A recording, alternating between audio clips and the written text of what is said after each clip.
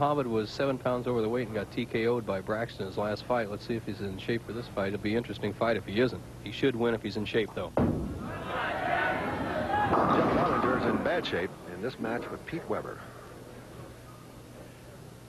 Well, Bellinger tried to make a move inside of more of the trajectory. See, his ball's in on about the 12th board at the 45 mark. He took a gamble, moved inside. He did make the right guess by moving inside, but he didn't move far enough left. If he's going to catch up in the match, he needs almost all strikes and disaster to hit young Weber. And you could see him talking to himself.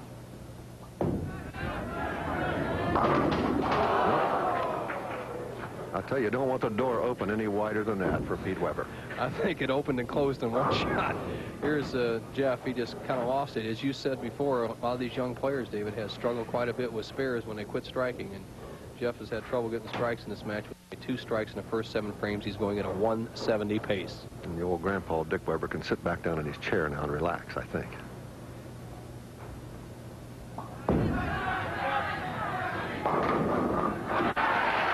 That's a strike, but fearfully it probably comes a little late in this match against Pete Weber. We're going to watch the way he lofts the ball.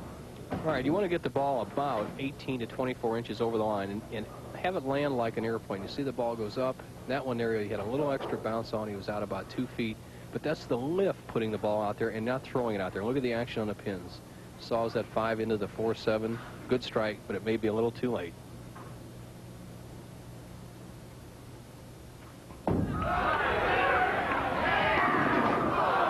Looked like a good hit. Another solid 10, just part of the game, David. The 6-pin goes flying up around the 10. You'll watch it be the 2nd pin on the right-hand part of your screen.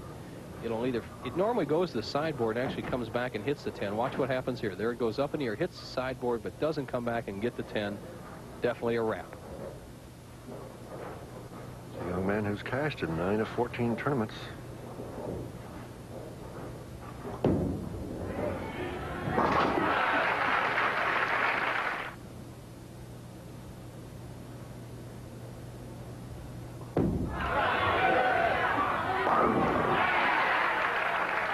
That shuts the door, doesn't it? There's Dee Dee. She likes that. She's checking the scoreboard, but there's not much to check. If young Weber doesn't even show up, he's got a 208 game. The best Jeff Bellinger can do is 200.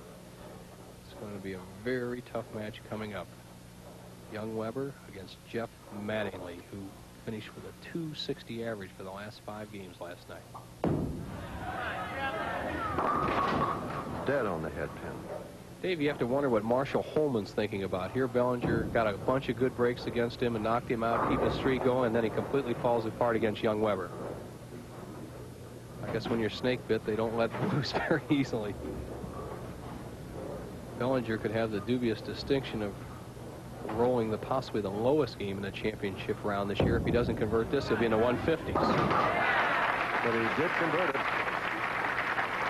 Pete Weber, the winner, and finally he permits a small smile to crease his